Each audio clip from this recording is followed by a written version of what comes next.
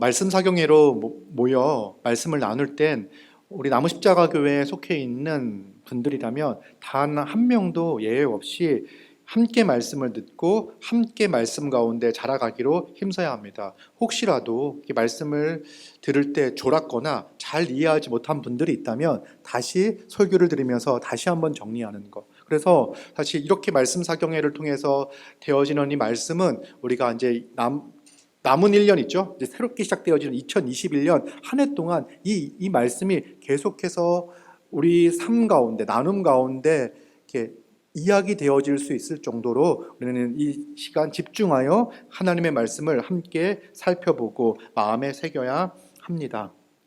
자, 지난 시간에는 기도해야 되는 기도의 대상에 대해서 말씀을 드렸습니다. 우리가 기도하지 않는 이유 중에 하나가 무엇이냐 했을 때 하나님에 대한 잘못된 이해, 하나님에 대한 이해의 부족 때문에 기도하지 않는다고 말씀을 드렸어요. 그런데 우리가 지난 시간에 몇 개의 성경 본문을 통해서 하나님이 어떤 분이신지를 말씀드렸습니다. 사실은 하나님이 사랑이시고 하나님 우리 아버지가 되시고 하나님께서 우리를 구원하여 우리에게 좋은 것을 넘치도록 부어주시는 분이라는 이 사실은 그 본문 말고 성경 전체에서 너무나 풍성히 이야기하고 있는 겁니다.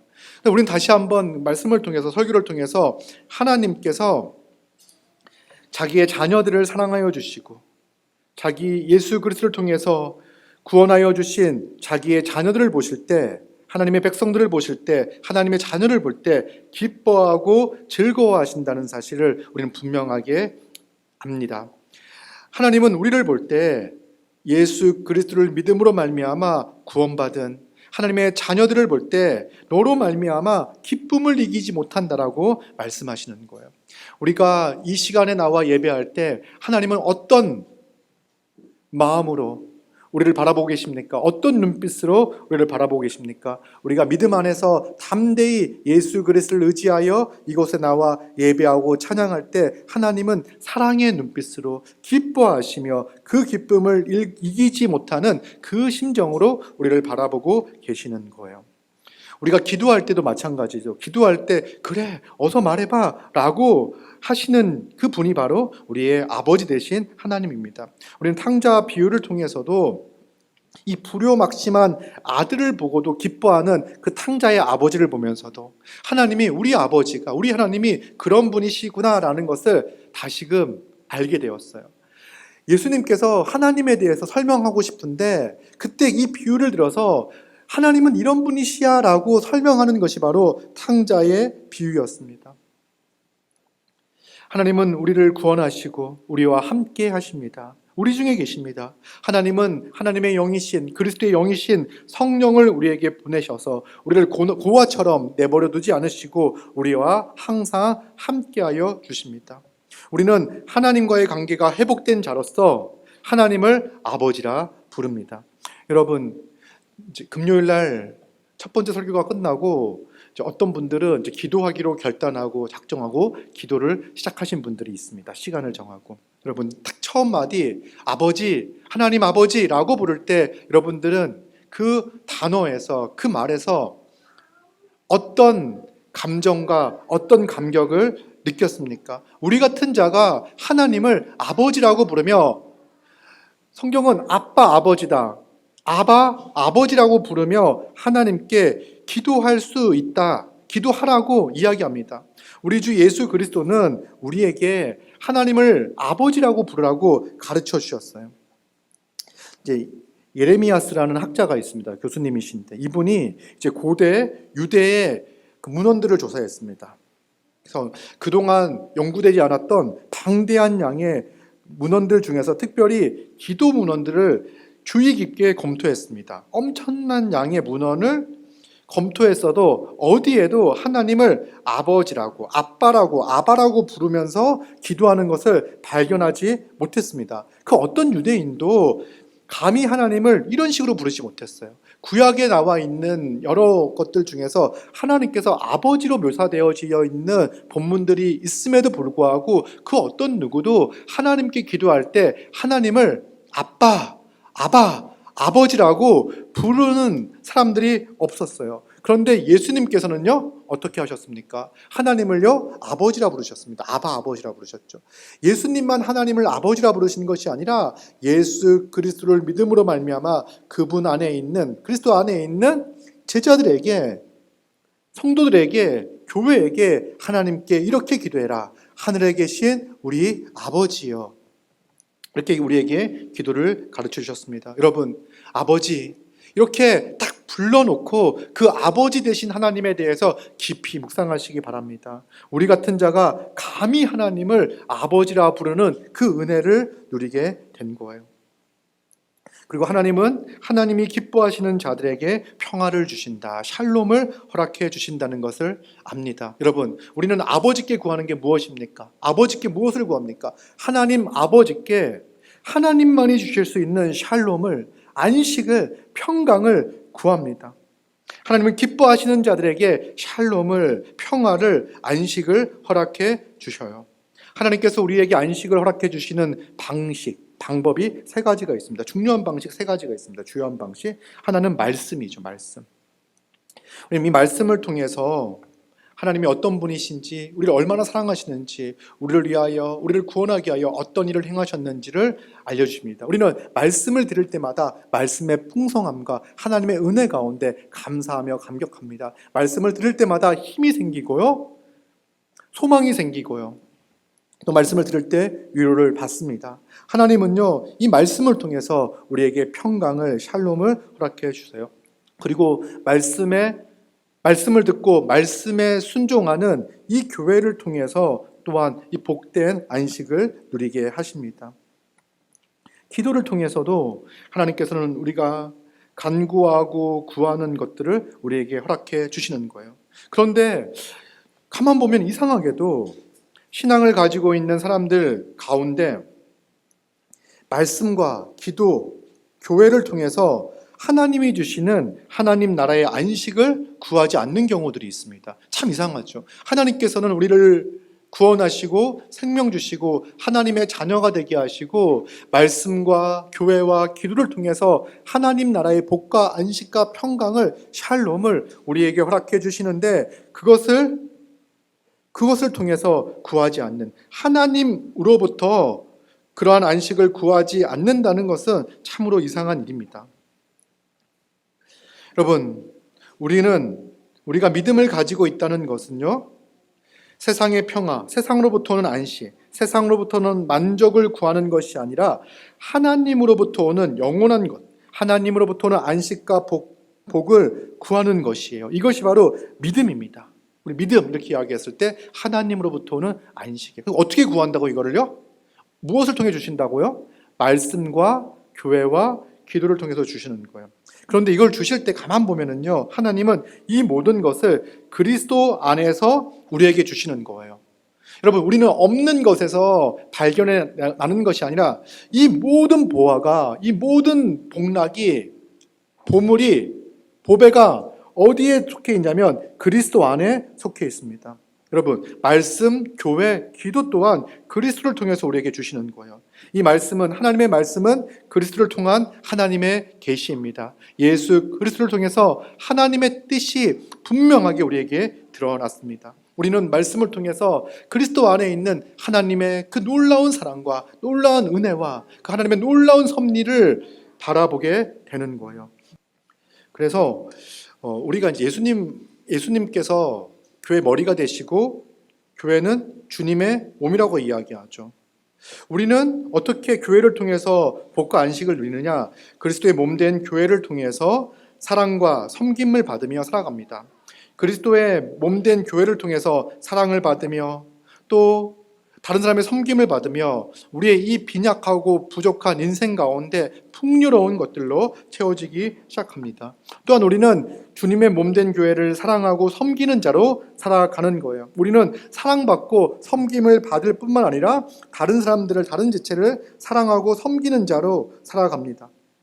사랑과 섬김을 통해서 우리의 존재가 새로운 존재로 합당한 삶을 살아간다는 것을 알게 되는 거죠. 살아가는 거죠. 그리고 하나님께서는 우리에게 새로운 나라, 하나님 나라 백성이 되게 하시고 백성으로 살아가는 터전을 우리에게 허락해 주셨습니다. 그것이 바로 교회입니다.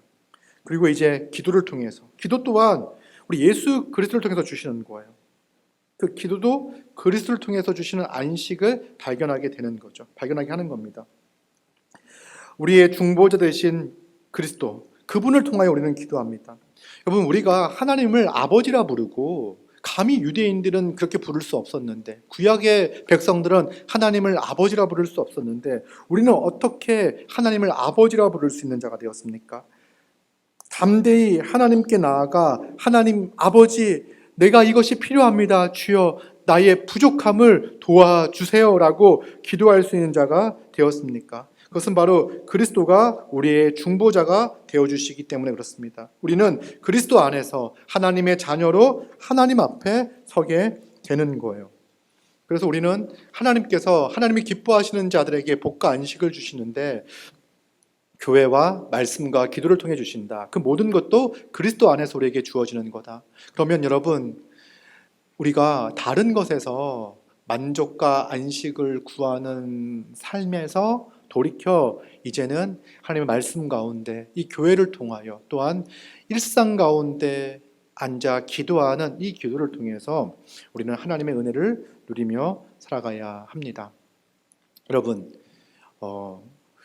이제 기도를 할 때 어떤 분들은 다 같이 모여가지고 기도할 때 기도를 열심히 하시는 분들이 있어요. 어떤 분들은 다 같이 모여서 또 기도하지 않는 분들이 있죠. 그런 분들을 제외하고 어떤 분들은 와가지고 모였을 때는 열심히 기도합니다. 그런데 혼자 골방에서는 기도하지 않아요. 자기 침실에서는 기도하지 않아요. 자기 집에서는 기도하지 않아요. 일상에서는 기도하지 않습니다. 이거는요, 아주 중요한 복의 통로를, 안식의 통로를 잃어버리고 살아가는 거예요. 우리는 매일매일 하나님 앞에 은밀한 가운데 앉아 은밀한 가운데서 들으시는 그 하나님께 간구하며 기도하며 살아가야 합니다. 자, 그런데 오늘 이 7장 7절을 보면 예수님께서 말씀하셔요. 뭐라고 말씀하시냐면, 구하라 그리하면 너희에게 주실 것이요, 찾으라 그리하면 찾아낼 것이요, 문을 두드리라 그리하면 너희에게 열릴 것이다 라고 말씀하세요. 여러분, 이거는요, 예수님께서 우리에게 무엇을 요청하는 거죠? 기도를 요청하는 거예요. 기도를 명령하는 거예요. 기도하라고 말씀하시는 거예요.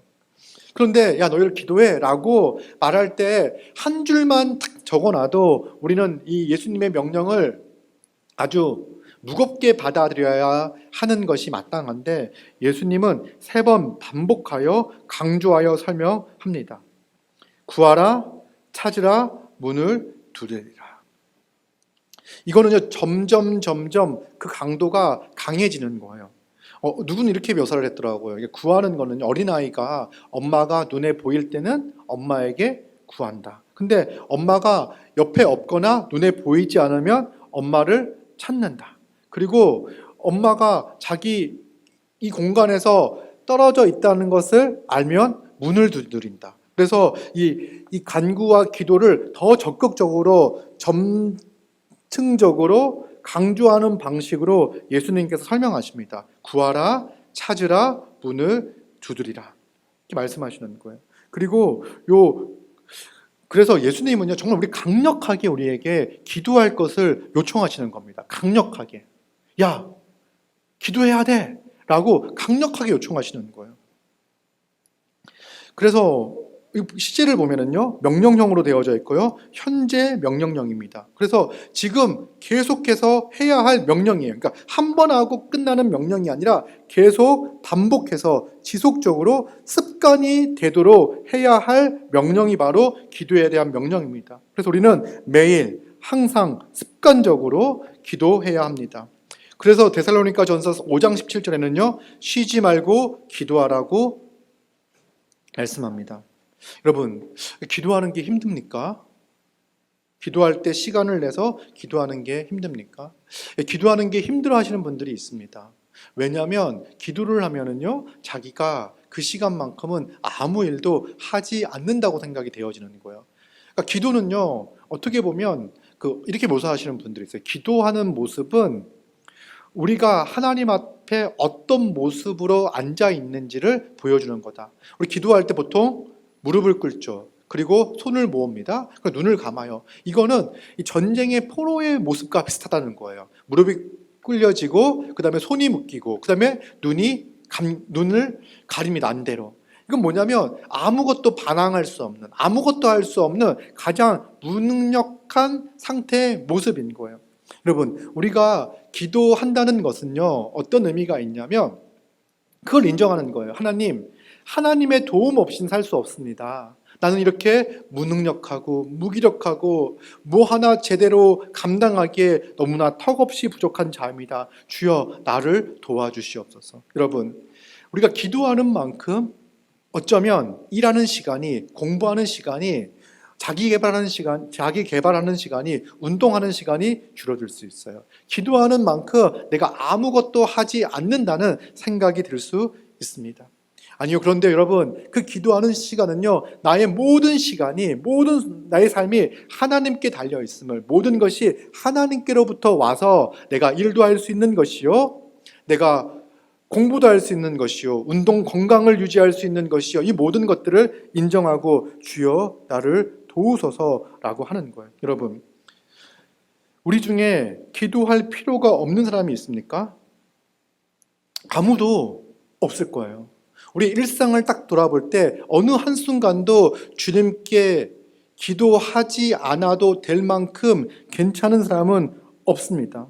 그래서 우리는 우리의 필요를 안다면, 우리가 얼마나 연약하고 부족한 사람인지를 안다면 우리는 항상 언제나 매사에 기도할 수 있어야 됩니다. 여러분 혹시 기도하지 않는 이유가 나는 하나님의 도움 없이도 잘 살 수 있어 라고 하는 그 생각 때문에 기도하지는 않습니까? 나는 하나님 도움 없이도 이 어려움을, 이 역경을 이겨낼 수 있어. 혹은 하나님이 내 인생을 도우실 수 없어. 하나님은 내 인생에 관심이 없으셔 라는 생각 때문에 기도하지 않습니까? 여러분, 우리가 아는 것은 하나님께서 우리의 기도를 기뻐 받으신다는 것, 그리고 하나님은 전능하신 분이시고 사랑이 많으신 분이시고 우리를 자녀로서 사랑하시며 지키시며 보호하시며 인도해 주시는 거예요. 그래서 우리는 이 기도를 항상 쉬지 않고 반복적으로 하나님께 기도를 드려야 합니다. 그래서 늘 기도 생활에 젖어 있도록 해야 합니다. 우리가 매 순간 하나님을 의지하고 모든 것에서 하나님의 뜻과 말씀에 순종하기를 간구하며 살아가야 하는 거예요. 여러분, 일과를 탁 짜고서 이제 내가 열심히 살아야지 라는 생각을 갖기 이전에 그 하루의 일과를 계획하면서 이 모든 순간에 하나님의 도움을 의지하는 것, 내가 누구를 만날 때, 어떤 일을 할 때, 어떤 공부를 할 때 이것 가운데 하나님의 뜻, 하나님의 백성으로서, 교회로서 그 삶을 합당하게 살아가기를 원하며 주여 나를 도와주시옵소서. 내가 누구를 만날 때 그 만남을 통해서 하나님의 사랑이 드러나게 하시고 또 좋은 열매와 성과와 발전이 있게 하여 주시옵소서. 이렇게 간구하고 의지하고 기도하는 거예요. 여러분, 계획을 딱 세우잖아요. 일정과 해야 할 목록을 보면서 여러분들은 어떤 생각이 듭니까?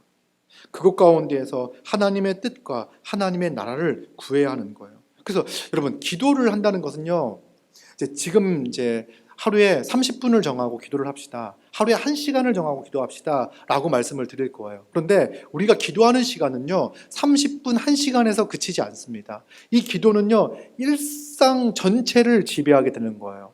우리의 삶 전체가 하나님을 의지하고 하나님께 의탁하고 또 하나님께서 우리의 기도에 응답하시는 것에 대해서 감사하며 감격하며 기뻐하며 살아가는 것, 이것이 바로 기도하는 삶이고, 그래서 우리는 항상 늘 기도 생활 가운데 젖어 있도록 해야 하는 겁니다. 그런데 이 주님께서 말씀하실 때 그냥 명령만 하셔도 우리는 기도를 해야 될 텐데, 예수님께서는요, 정말 우리가 기도하기를 간절히 원하십니다. 그래서 이제 명령이자 약속을 주셔요. 그러니까 기도는 명령이자 약속이다. 무엇을 약속하시냐면, 구하라, 그러면 너희에게 줄 것이다. 찾으라, 그리하면 찾아낼 것이다. 문을 두드리라, 그리하면 너희에게 열릴 것이다. 라고 응답을 약속해 주시는 거예요. 여러분, 이렇게 명령하시고 응답을 약속하시는 것이 어떤 의미가 있을까요? 이거는요, 정말 하기를 원하는 거예요. 저도 이렇게 이제 저희 아이들에게 뭔가 할 것을 요구하는 것들이 참 많이 있습니다. 뭐뭐 해라. 근데 이것이요, 명령하는 게 뭐 자기만족적인 명령이 아니에요. 내가 무엇인가를 시킬 때. 좀 아이가 잘했으면 좋을 것 같아가지고. 그래서 하는 이야기들을 뭐 명령이라고 말하기는 뭐 그렇지만, 이제 뭡니까? 뭐 씻어라. 이는 닦았냐? 이를 닦아라. 방을 청소해라. 계획을 세워라. 뭐 공부를 해라. 게임을 그만해라. 이렇게 명령을 하잖아요. 얘기하잖아요. 그럼 그런 이야기를 할 때 정말 그 아이가 잘 되기를 원하는 심정을 가지고 그렇게 하는 거예요. 그러니까 아이는 그게 잔소리처럼 들릴지 모르지만 단순한 잔소리가 아닙니다. 이거는요, 그 아이가 정말 잘 되기를 바라는 마음에서 하는 건데, 또 심지어는요, 정말 이렇게 애가 안 될 때는요, 뭘 하라고 이야기하면서 제가 약속까지 할 때가 있어요. 너 이거 하면 뭐 이렇게 뭘 사줄게, 뭐 용돈을 줄게. 예수님께서도 우리에게 기도를 이제 요청하실 때, 말씀하실 때에도 이렇게 지금 약속하신 거죠. 구하면 얻고, 찾으면 찾고, 두드리면 열릴 것에 대해서 우리 주님이 약속하여 주시고 말씀하여 주셨습니다. 여러분, 우리는요, 기도하면 하나님께서 응답해 주신다는 사실을 믿습니까? 많은 분들이 하나님이 우리의 기도에 응답하신다는 사실을 잘 믿지 못합니다. 우리가 이제 어떤 생각들을 갖냐면, 첫 번째로는 하나님에 대한 성품에 대한 이해가 있잖아요. 그러니까 하나님이 어떤 분이신지에 대한 이해가 우리가 가지고 있잖아요. 하나님의 주권을 우리가 압니다. 그러니까 주권적으로 일하시고 주권적으로 역사하시는 분이세요. 그래서 그 하나님께서 뜻을 세우시면 그 뜻을 반드시 이루시잖아요. 우리가 이걸 알고 있는 거예요. 그러면 내가 기도한다고 해가지고 뭐가 달라질까? 이런 생각들을 갖는 거예요. 그죠? 그러니까 기도하지 않는 이유 중에 하나가 뭐냐면, 하나님께서 뜻을 정하셨는데 내가 기도한다고 해가지고 그 뜻이 변화되어지거나 하나님께서 그 뜻을 바꾸실 리가 없어. 뭐 내가 좀 얘기한다고 해서 하나님께 그 뜻을 바꾸고 이렇게 하면요, 하나님이 아니시잖아요. 그래서 기도하지 않는 거예요. 여러분, 우리가 하나님을 전능하신 분이라고 이해하고 믿는다면, 그리고 그 하나님께서, 예수님께서 우리에게 기도할 것을 명령한다면 우리는 잘 이해해야 돼요. 그러니까 하나님은 그 뜻을 정하시고 그 뜻을 실행하시는데 왜 우리에게 기도할 것을 요청하실까? 명령하실까? 그리고 우리가 기도하면 그 기도를 들어주실 것이라고 왜 약속하실까? 이런 생각들을 가지게 되잖아요. 의문을 가지게 되잖아요. 여러분, 하나님은 전능하신 분이시기에 이 생각을 가지셔야 돼요. 하나님은 하나님을 뜻을, 자신이 세우신 그 뜻을 이루어 가실 때에도 기도를 통하여 일하십니다. 하나님은 기도를 통하여 일하세요. 하나님은 우리가 기도할 때 또 기도하는 자를 하나님의 뜻 가운데 참여시키시며 그 기도에 응답하시면서 그 뜻을 이루어 가십니다. 여러분, 그러니까 하나님은 하나님의 뜻을 이렇게 쭉 이루어 가시는데 우리가 기도하잖아요. 그러면 하나님이 그 뜻을 여전히 이루어 가시는 거예요. 그런데 그 뜻 가운데 우리를 참여시키시고 우리의 그 기도에 응답하시면서 그 뜻을 이루어 가시는 거예요. 여러분, 우리는 이것을 믿고 확신해야 됩니다. 기도하는 사람은요, 하나님이 어떻게 우리 기도에 응답하시면서 그 뜻을 이루어 가시는지를 경험으로 알게 됩니다. 하나님께서 어떻게 우리의 기도에 응답하시는지, 어떻게 우리의 기도에 응답하시면서 그 뜻을 이루어 가시는지를 경험적으로 알게 되어져요. 근데 기도하지 않을 때 하나님의 뜻은 하나님의 뜻이고 그 뜻은 나와는 전혀 상관없는 그러한 일들이 되어지는 거예요. 여러분, 기도함으로써 하나님의 그 위대한 일들 가운데, 사역들 가운데 우리를 동참시켜 주시고 참여시켜 주십니다. 그 은혜가 우리 가운데 있습니다. 자, 그리고 두 번째, 우리의 기도하지 않는 이유가 또 하나가 있는데 뭐냐면 우리의 기도가 응답받지 못했던 경험이 있기 때문에 기도하지 않습니다. 그러니까 그런 뭐냐면 하나님은 분명히 구하라고 하셨고 구했는데 기도하라고 해서 기도했는데 그 기도를 응답받지 못했던 거예요. 그래서 뭐 기도해도 소용이 있겠어라고 생각하며 기도하지 않는 경우죠. 그런데 가만 살펴보면은 많은 경우가 사실은 믿지 않아서 구하지 않았던 경우가 더 많습니다. 그러니까 애초부터 하나님께서 모든 기도에 응답하실 리가 없어. 하나님이 기도에 응답할 리가 없어라는 생각을 가지고선 기도하지 않는 거죠. 그러니까 가만 생각해 보면 기도하지 않아서 응답받지 않았던 것들이 참으로 많은 거예요. 야고보서 4장 2절에 보면은요, 너희가 얻지 못함은 구하지 아니하였기 때문이라고 이야기합니다. 그래서 우리가 기도를 했는데 응답받지 못했던 경험보다는요, 하나님께서 응답하지 않으실 거라는 그 생각 때문에 하나님께서 응답하지 않을지도 모른다는 그 생각 때문에, 않을 거라는 생각 때문에 기도하지 않은 경우들이 많이 있는 거예요. 그리고 실제로 구했지만 응답받지 못한 경우도 있어요. 야고보서 4장 3절에 보면은요, 이렇게 나옵니다. 구하여도 받지 못함은 정력으로 쓰려고 잘못 구했기 때문이다. 그러니까 우리가 이제 기도 가운데 받지 못했던 것들은 뭐냐면 정력에 쓰려고 잘못 구했기 때문에 그렇습니다. 여러분, 우리가 정력대로 구한 것에 대해서 하나님께서 다 응답해 주신다면 우리의 인생이 어떨까요? 괜찮을까요?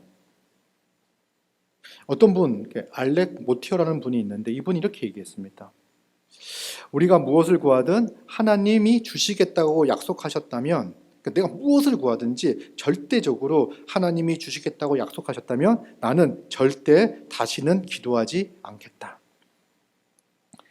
하나님께 뭔가를 구하는 나 자신의 지혜에 대한 충분히 확신하지 못하기 때문이다. 여러분, 하나님께서는 내 기도를 반드시 들어주셔. 근데 나는 나의 지혜에 대한 확신이 없습니다. 그래서 내가 원하는 것이 그대로 다 되어졌을 때 나에게 유익이 될 거라는 확신이 없는 거예요. 여러분, 정말 궁금하면 아이가 원하는 것을 다 해줘 보십시오. 어떤 일이 벌어지는지. 아이가 흙을 잡고 먹으려고 할 때 놔두고 하면은요 엉망이 되는 거예요. 그러니까 아이의 요구를 부모가 다 들어주면 엉망이 되겠죠. 그 삶은 좋아지는 게 아니라 더 나빠질 수 있습니다. 나빠지게 됩니다. 당신도 곰곰이 생각해보면 그 말에 동의할 것이다. 하나님의 기도에 대한 약속들이 우리가 구하는 것이든 무엇이든 또 우리가 그것을 구할 때 또 우리가 구하는 바로 그 조건으로 주기로 약속하신 것이라면 연약한 인간의 지혜에 견딜 수 없는 짐을 부과하는 셈이 될 것이다. 우리가 어떻게 그 짐을 견딜 수 있단 말인가? 그래서 하나님께서는요, 이 정력에 쓰려고 잘못 구하는 것에 대해서 주지 않는 이유는 뭐냐면 잘못된 결과가 우리 인생 가운데 일어나기 때문에 잘못된 것을 주지 않습니다.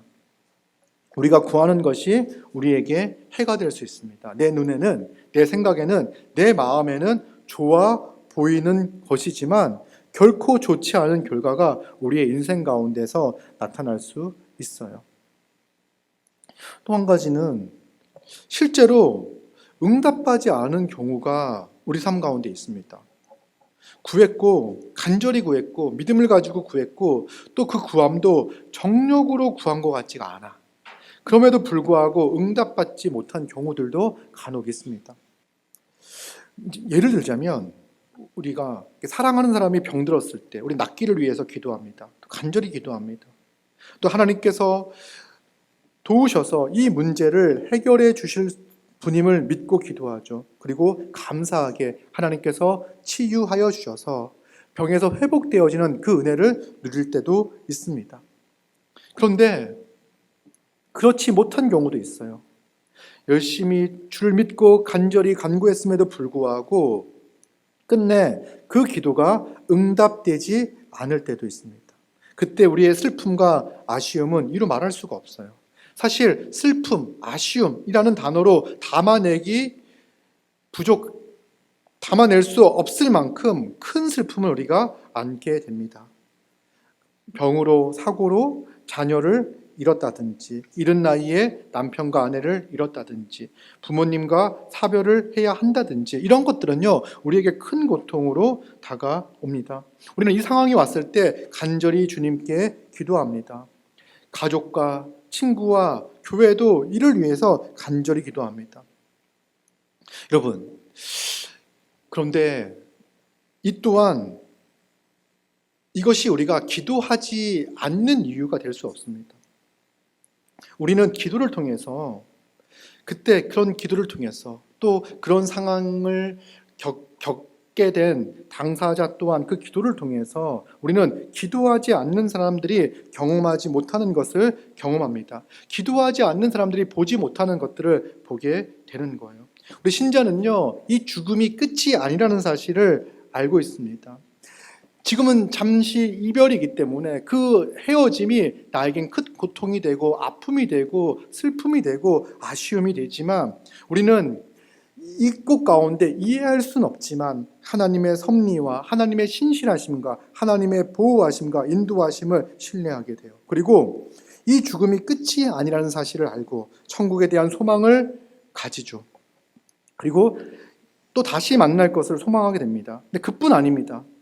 또 그의 삶은요, 남아있는 사람들에게 가치 있고 의미 있는 삶으로 다가온다는 것을 알게 돼요. 그 인생이 남아있는 자들에게 의미 있는 인생으로서, 가치 있는 인생으로 계속해서 선한 영향을 끼칩니다. 여러분, 우리 가운데에서도 정말 이 죽음 앞에서 그분의 그 삶을 통해서 믿음을 갖게 되고 하나님의 은혜를 알게 된 경우들을 보게 됩니다.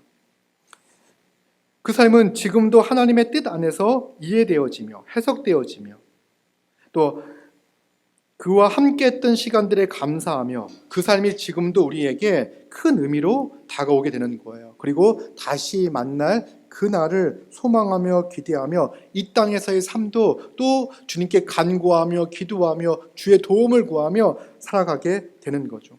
그래서 우리가 지금 몇 가지 이유 있잖아요. 이런 이유로 결코 기도하기를 멈추거나 기도하지 않는 변명거리가 될 수는 없습니다.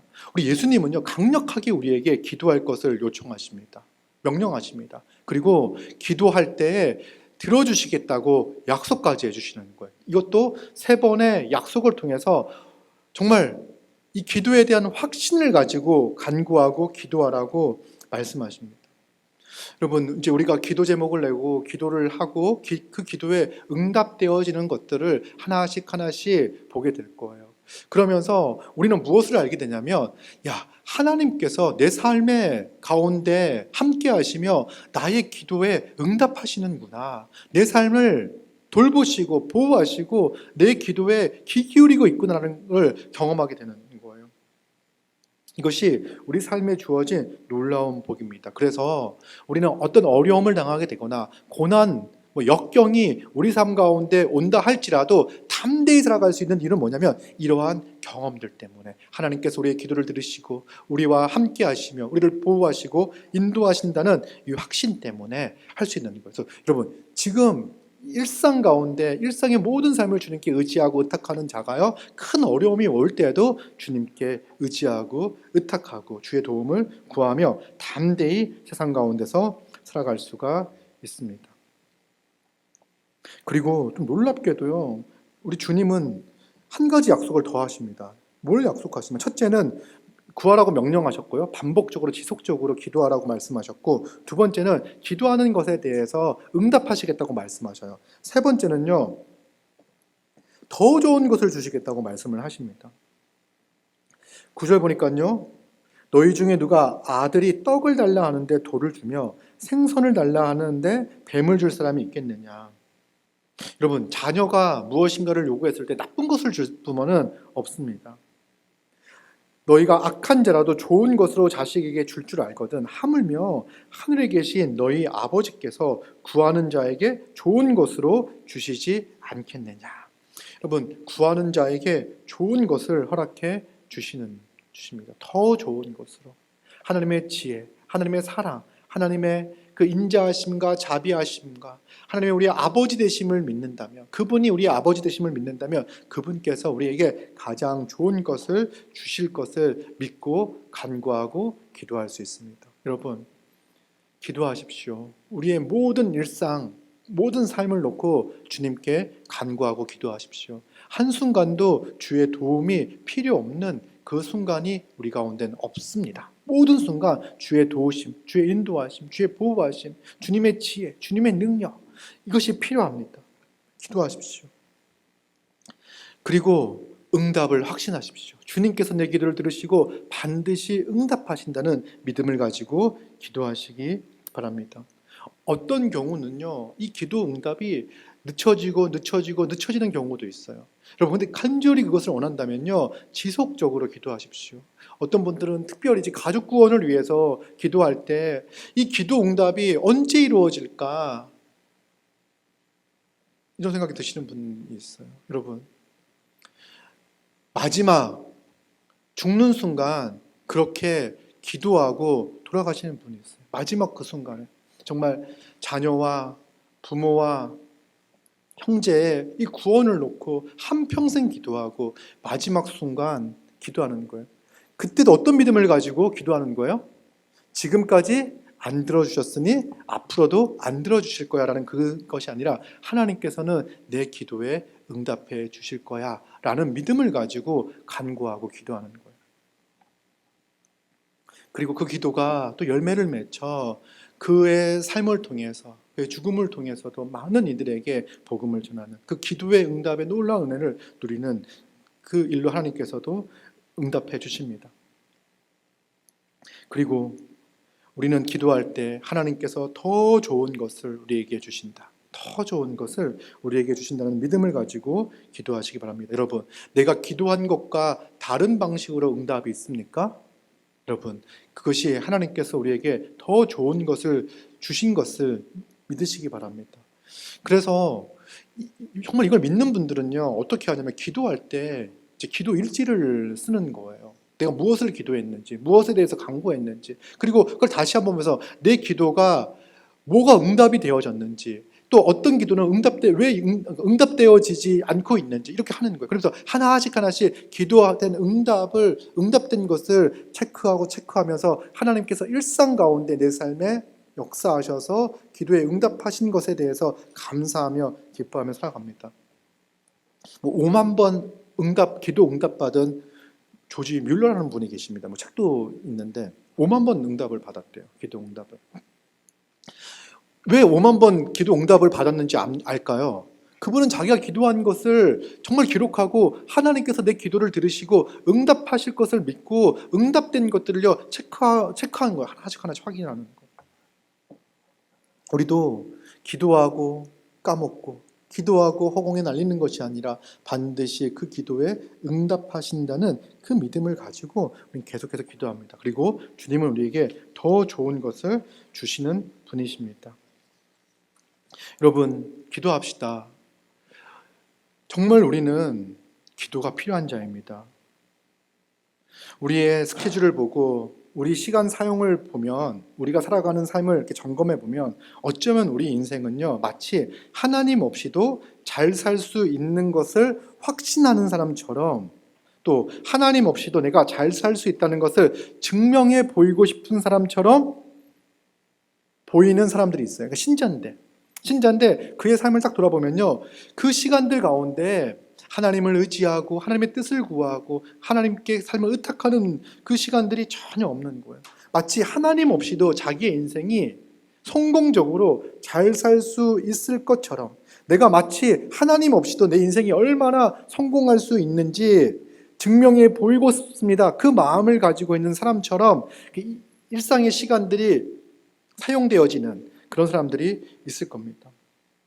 하나님 없이도 풍족할 수 있고 하나님 없이도 만족할 수도 있고 하나님 없이도 안식을 누릴 수 있다고 믿는 사람들처럼, 그런 사람처럼 살고 있지는 않습니까?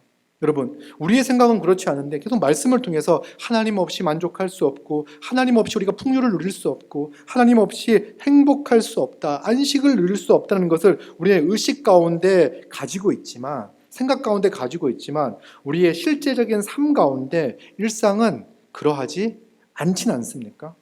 그런 삶의 모습들이 없진 않습니까? 여러분, 매번 우리의 매번 말씀을 들을 때 그때마다 삶의 우선순위를 주님께 두며 또 교회에 두며 사랑하며 섬기며 살아야지 생각하지만, 우리는 일상 가운데 치여 살면서 문득, 어느 날 문득 내가 성도가 맞나? 이런 생각이 들 때가 있진 않습니까? 매번 작심하고 매번 하지만 한순간도 우리 삶 가운데 하나님의 은혜와 이 성도됨과 교회됨이 내 삶에 깊이 들어오지 않은 그 삶의 모습을 보며 실망할 때가 있지 않습니까? 그래서 우리의 일상에서 삼위 하나님은 너무 멀리 계신 것처럼 느껴지는 거. 내 일상 가운데, 그러니까 주일날 교회와 예배 드릴 때는 하나님이 나를 사랑하시고 나와 함께 있는 것처럼 보이지만, 일상에서는 내가 의도적으로 하나님을 멀리 밀어내어 하나님 없이도 잘 살 수 있을 것 같지. 6일간은 하나님 없이 살아보겠습니다. 이제 주일이 되면 주님 만나러 갑니다. 이렇게 하는 삶을 살고 있지는 않습니까? 여러분, 우리는 이런 우리의 삶에, 견고한 우리의 삶에 균열을 내어야 합니다. 여러분, 내가 생각을 우선순위를 둡시다라고 생각을 하는데 사실은 쉽지 않은 부분이 있는 거예요. 뭐냐면, 여러분, 기도하기로 결정을 했을 때 30분을 기도한다, 1시간을 기도한다고 했을 때 그 시간이 지금 삶도 너무나 바쁜데 어떻게 그 시간을 냅니까? 그러면 무엇인가를 줄여야 되는 거예요. 잠을 줄이든, 나의 취미 활동을 줄이든, TV 보는 걸 줄이든, 공부하는 시간을 줄이든, 어떤 시간을 줄이고 그 삶으로 들어가야 되는 거예요. 견고하게 지금 형성되어져 있는 10년, 20년, 30년간 내 삶을 살아왔던 그 견고한 패턴을 깨트리고 무엇 하나가 들어가야 하는 거예요. 그러니까 이 삶의 균형을 내는 것은요, 쉽지가 않은 거예요. 그러나 결단하셔야 됩니다. 기도하기 위해서 어떤 시간을 정하고 기도하겠다, 이 시간을 정하셔야 돼요. 여기서부터 시작입니다. 이게 기준이 되는 거예요. 그러니까 그 시간에 기도를 했든 하지 않았든 일단 그 시간을 정하고 그 시간에 못했으니까 다음 시간에 해야지라고 하는 기준이 될 수 있는 시간을 정하셔야 하는 거예요. 그것부터 시작입니다. 그 시간을 정하고 그것을 통해서 삶을 조정해 나가는 것들이 필요하죠. 이렇게 기도하기 시작할 때요, 이제 그 일상 전체가 그 시간만 기도하는 시간이 아니라 일상 전체가 기도하는 시간이 되는 거예요. 일상 전체가. 삶 전체가 하나님을 의지하고 하나님의 도움을 구하고 하나님의 뜻을 구하고 하나님의 나라가, 하나님의 통치가 내 삶 가운데 있기를 구하는 삶 전체가 되는 겁니다. 기도가 삶 전체에 젖어 들어가게 되는 거죠. 근데 그 시작이 뭡니까? 내 일상 가운데 기도하는 시간을 두는 거, 내 일상에 균형을 내는 거. 그런데 감사하게도 하나님께서 우리의 삶 가운데 지금까지 쌓아온 우리의 그 견고한 성을 하나씩 허물어뜨리기 시작하셨습니다. 균열을 내기 시작하셨습니다. 여러분, 우리 가만 보면은요, 어느 순간부터 우리의 일상 가운데 예배가 정말 중요하게 다가왔습니다. 예배 중에 말씀이 중요하게 다가왔어요. 그리고 일주일 중에 하루를 특별하게 여기며 예배를 드리고 찬양하고 기도하고 말씀을 듣고 설교 나눔을 하고 말씀을 나누는 것이 우리 삶에 있어서 아주 중요한 부분이 되어졌어요. 이거는요, 내 일주일의 삶 가운데에서 중요한 부분에서 균열이 나기 시작한 거예요. 삶의 그 정형화된 패턴에서 하나가 바뀌기 시작한 거예요. 우리 주님이 우리의 삶에서 놀라운 변화를 일으키기 시작하셨습니다. 말씀을 들을 때 말씀이 들리기 시작하고 설교가 들리기 시작하고 말씀을 들을 때 이 마음에서 순종하는 마음과 이 결단하는 마음과 그렇게 살고 싶은 마음을 일으켜 주셨어요.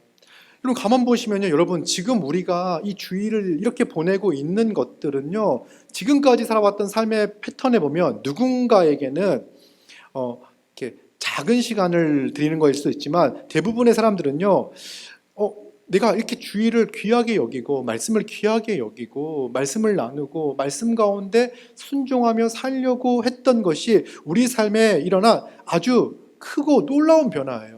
이 크고 놀라운 변화를 우리 주님께서 시작하셨어요. 그리고 이 말씀을 들을 때 그런 각오, 결단, 새 마음, 이런 마음들을 갖게 하여 주십니다. 여러분, 이제 우리의 삶은 더 풍성해질 것입니다.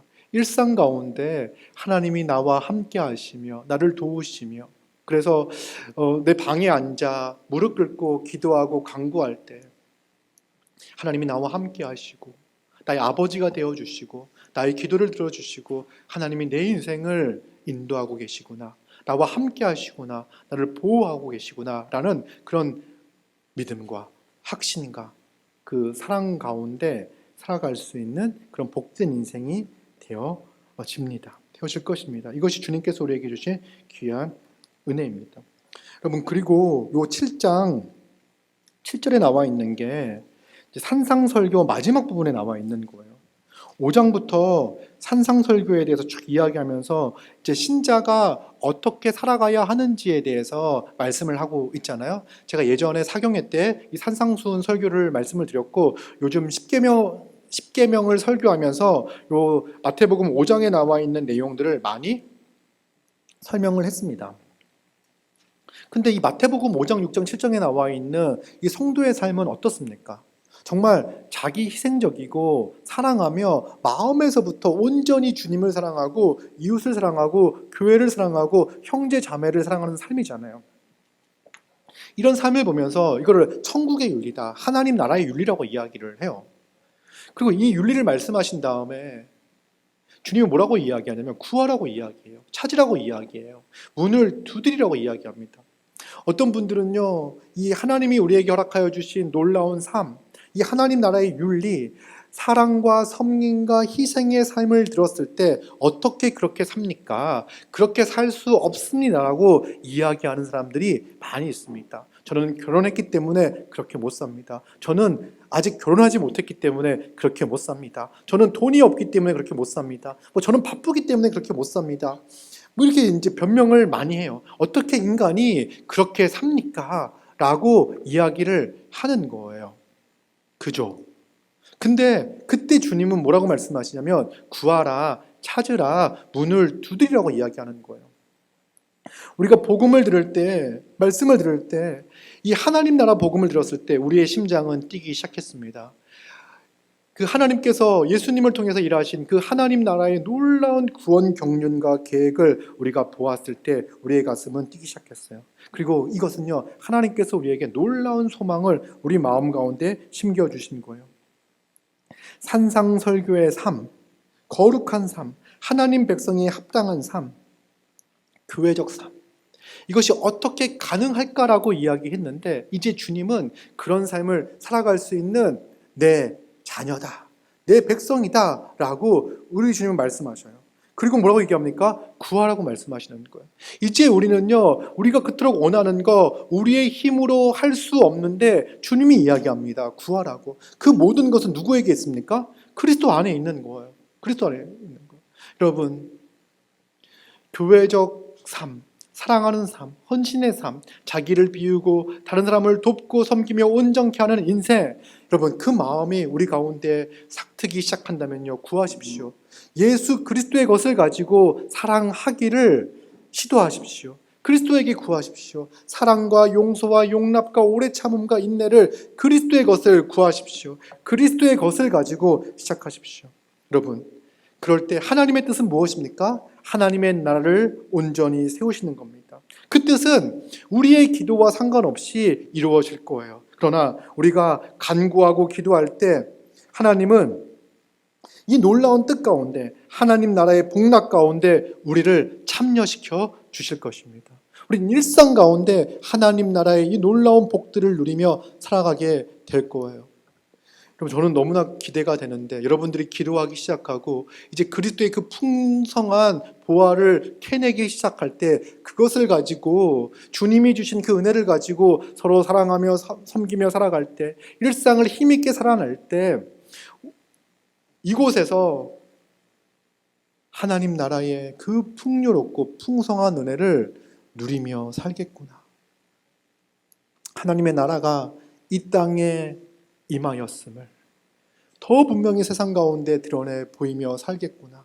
나약한 존재가 아니라 어쩔 수 없이 죄지을 수밖에 없는, 미워할 수밖에 없는 그런 존재가 아니라 이젠 그리스도의 것을 구하고 다 받아 누려 그리스도의 강함으로, 그리스도의 사랑으로, 그리스도의 인내로 살아가는 사람들로 주님께 소리를 세우시겠구나. 그런 기대가 생깁니다. 여러분들 이렇게 표정을 보니까 이제 그 기쁨과 그 기대를 이제 마음속 깊이 간직하고 있는 것 같습니다. 겉으로는 잘 드러나지는 않습니다만 정말 이것을 간구하고 구할 때 기쁩니다. 여러분 기도하고 간구합시다. 먼저 그의 나라와 그의 의를 구합시다. 그리고 우리의 모든 그 일상이 하나님의 나라와 하나님의 의를 구하는 기도가 되는 거예요. 그리고 여러분 기도할 때 염려하지 마십시오. 하나님께서 좋은 것을 주십니다. 내 기도가 혹시 잘못된 게 아닌가? 여러분 염려하지 마시고요. 기도하십시오. 기도하기 시작하십시오. 모든 것을 구하십시오. 정력처럼 보이는 것까지 구하십시오. 그러면 점점 그 기도를 하면서 우리의 기도가 하나님의 뜻에 합당한, 하나님을 기쁘시게 하는 그런 기도로 점점 변화되어 질 거예요. 걱정하지 마세요. 뭐든지 간구하고 기도하십시오. 시간을 정하고 그 시간만큼 앉아 있기 바랍니다. 여러분 다시 한번 말씀을 드리겠습니다. 기도 시간에 기도가 되지 않는 것은 어쩔 수 없어요.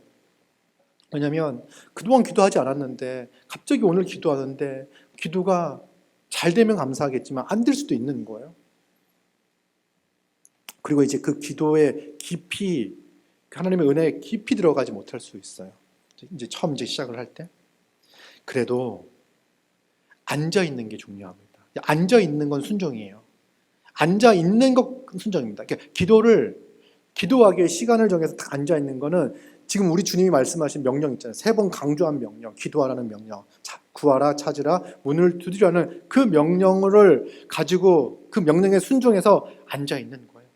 앉아 있는 거예요. 30분이면 30분, 1시간이면 1시간. 여러분 정 너무 시간이 없으면요 10분이라도 시간을 내서 앉아 있으시기 바랍니다. 10분이라도. 10분이면 충분하진 않을 거예요. 우리가 기도에 깊이 들어가기 위해서는 어떤 누구는요 10분만 딱 기도해도 기도에 깊이 들어갈 수가 있어요. 근데 어떤 누구는 이제 우리가 이제 그 1시간을 두면서 하나님의 은혜를 깊이 묵상하고 이렇게 하면서 이제 기도를 해야 되거든요. 그래서 그 기도 시간을 확보를 하시고 하나님의 은혜를 묵상하고 기도하시기 바랍니다. 우리는 정말 놀라운 은혜가 우리에게 주어져 있습니다. 말씀, 교회, 기도. 이를 통해서 하나님이 기뻐하시는 자들에게는 평화로다. 이 샬롬이 우리 가운데 넘치는 그 은혜와 축복을 우리에게 허락하여 주실 줄 믿습니다.